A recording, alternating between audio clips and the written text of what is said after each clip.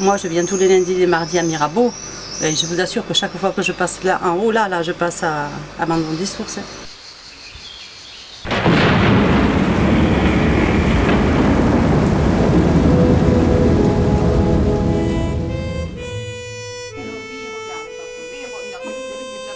Le village a été tout transformé, tout.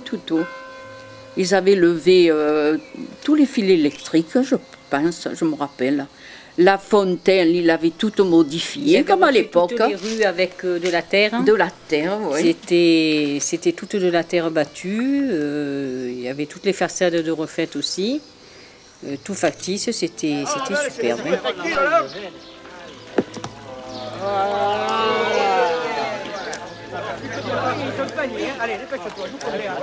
La terre, c'est vrai que donc ça avait été quand même une grosse opération. On a perdu une partie du décor parce que c'est vrai que bon, les rues étant en pente, en fait, les gros orages entraînaient complètement la terre que nous avions mise. Donc on a été obligé de reprendre plusieurs fois. Et ben, en fait, le sol demandait un entretien régulier, quoi. Chaque fois qu'il y avait un véhicule qui passait, on avait des nuages de poussière énormes, les gens se plaignaient, on s'était fait prêter tout un réseau de lances à incendie et régulièrement, au moins 2 ou 3 fois par jour, on mouillait le sol, quoi. Ça a été d'ailleurs une chance incroyable parce qu'on avait un morceau de décor et il y avait, comme c'était un garage de mécanique aussi, il y avait de l'huile par terre et le décor a pris feu.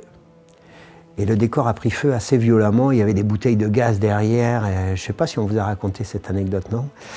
Et on a réussi à contenir l'incendie grâce à ces tuyaux qu'on avait, parce qu'autrement, en fait, en plein été en Provence, la maison serait partie en fumée, quoi. C'est toujours un peu irréel. Quand je suis là, je vois ce plan-là avec la fontaine, le café, cette maison à l'angle arrondi. J'ai l'impression d'être dans le décor. C'est assez étrange et ça me le fait toujours. C'était trop beau, tout me plaît. Alors ça, c'était déjà que j'admirais, vous voyez, je me régalais moi. Je suis très cinéma.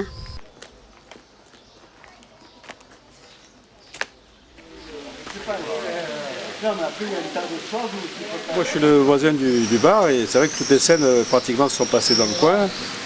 Et moi pour les besoins du film, ils avaient tout bouché les fenêtres, la façade et du coup ils m'ont relogé aux abords du village pour que je puisse habiter quelque chose qui soit viable, quoi.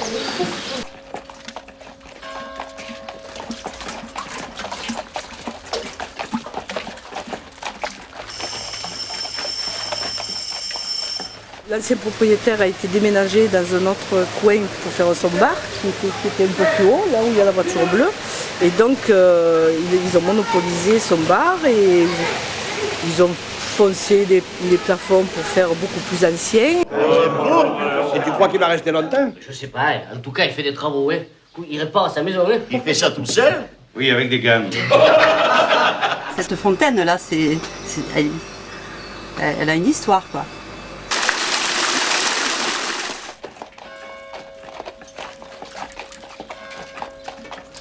Dans le film, on voit mon chien.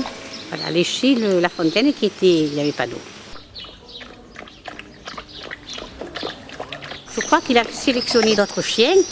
Et puis les chiens, ils ne lèchent pas comme ça quand on leur dit. Le mien, c'était naturel, il est allé pour boire. Ce qui est assez amusant, c'est qu'en ce moment, je suis en train de chercher une propriété dans le Languedoc-Roussillon. Et c'est vrai que la première question, c'est est-ce qu'il y a de l'eau, est-ce qu'il y a une source? C'est l'expérience de Jean de Florette.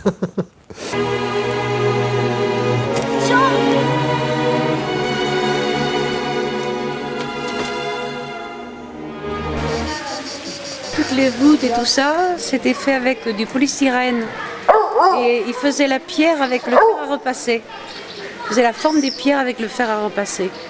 Et vraiment, on oubliait que c'était faux, parce que moi, je suis grimpée sur un petit mur où ils avaient remonté un mur qui n'existait plus. Et je me suis accrochée et mes doigts sont rentrés dans le polystyrène. J'avais complètement oublié que le mur n'était pas vrai. Mon fils, il gardait les décors, parce que les décors étaient très beaux. Et les gens, ils avaient tendance à voler ou à détériorer quand même. On fabrique les fausses pierres et on sculpte du polystyrène qu'on enduit après avec plusieurs couches de peinture, plus des mélanges de sable et de plâtre.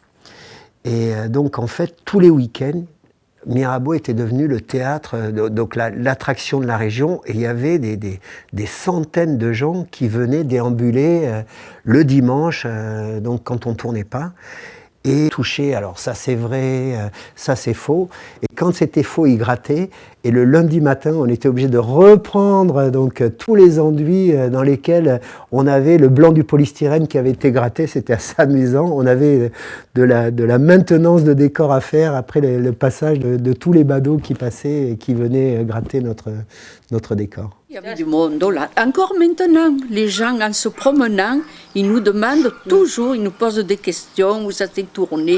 Alors bon, ben on leur dit. Hein. I come from Australia, and before I left, I read about this place and where the film Manon des Sources was filmed. So I said to my wife, we will have to go and visit here. And here we are, and it's absolutely magnificent. J'étais invitée au mariage. C'est moi. On me voit autour de la cérémonie à l'église de Vaugines. Avec cette tenue d'ailleurs. C'était très beau. Très beau, à part que la scène du mariage, on l'a refaite 22 fois. Ouh là là, c'est vrai ? 22, sous une chaleur intense.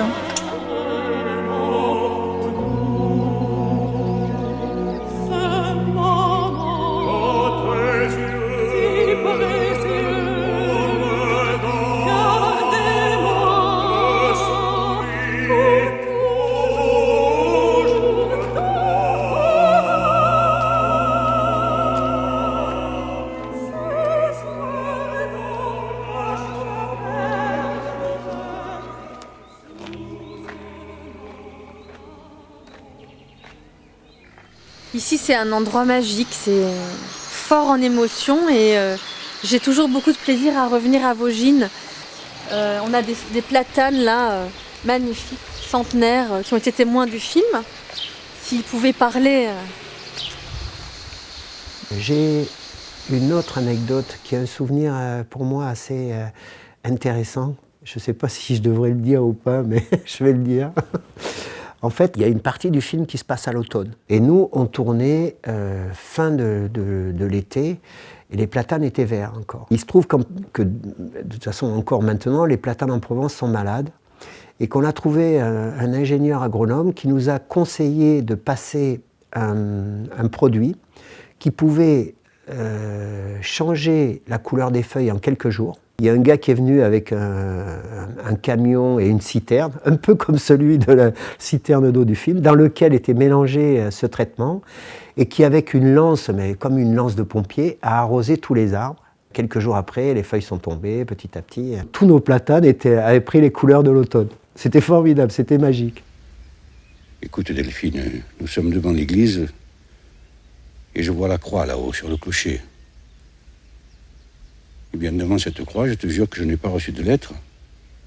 Yves Montand, adorable.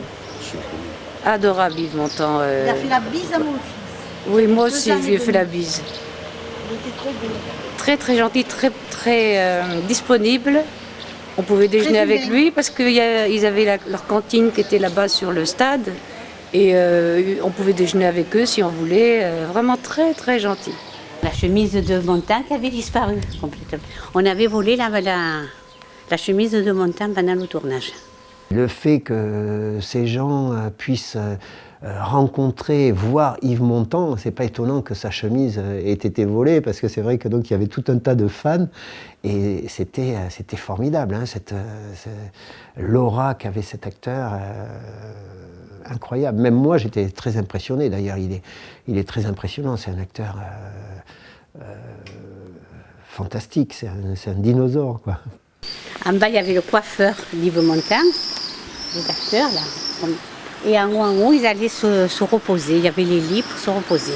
Et ils mangeaient éventuellement à déjeuner. Ça fait qu'un jour, ça m'est arrivé de manger le reste de fromage d'Yves Montand. Voilà. Et j'étais trop contente. Parce que je l'admirais beaucoup. Oui? Ah oui, tu avais dit, on se la partage la vedette. Il ne faut pas l'exclusivité. Donc mon chien il était là, mon fils a tourné, ma fille a tourné. Et Yves Montand lui fauchait des cigarettes à ma fille. Si une année il ne pleut pas. On a souvent dîné avec des gens, on avait des rapports très amicaux. Hein. C'est vrai quand on reste autant de temps, nous aussi on a fait travailler quand même pas mal de gens sur place.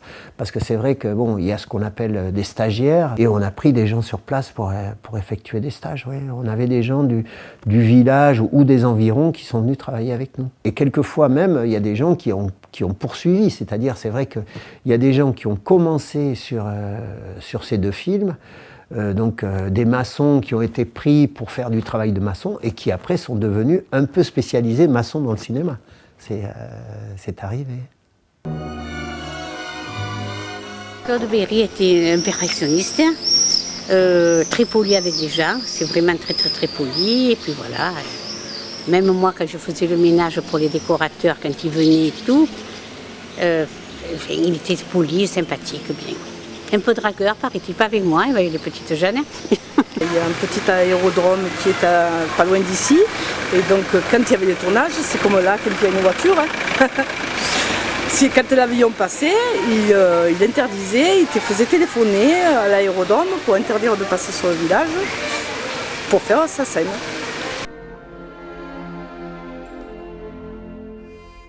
Je connaissais assez peu la Provence à ce moment-là et j'avais été séduit par cette région, quoi, par la lumière, chaque fois qu'on se promenait, les coquelicots au bord des routes, les blés comme ça, dorés. Non, c'était avec cette lumière un peu argentée, très, très particulière à cette région. C'était vraiment beau, quoi. C'est un très très bon film. Ma fille ne l'avait pas vu, je lui ai enregistré les deux. Elle a tout regardé et à la fin, elle s'est mise à pleurer. Elle m'a dit, maman, c'est super génial. Elle a 16 ans, elle m'a dit, elle a adoré ça. Très beau. Moi, je l'ai trouvé magnifique. Autant de fois il sortira à la télé, autant de fois je regarderai. Moi, j'ai acheté les cassettes. C'est quelque chose de simple. magnifique. Ah oui. Ah oui. Vraiment, c'est vraiment un bon souvenir. Moi, j'en garde vraiment un bon souvenir. Tu l'as vu avec papa et maman, le ballon des sources et Jean de Forêt, ils ont dû le voir. Moi, j'ai pas vu. Voilà, elle va nous faire un petit gâteau. Alors, bonne journée, à bientôt. Hein. Au revoir. Ça rend bien sans compter les choses, juste un aperçu. Je pense qu'on vous a à peu près tout dit, ce qu'on se rappelle tout au moins.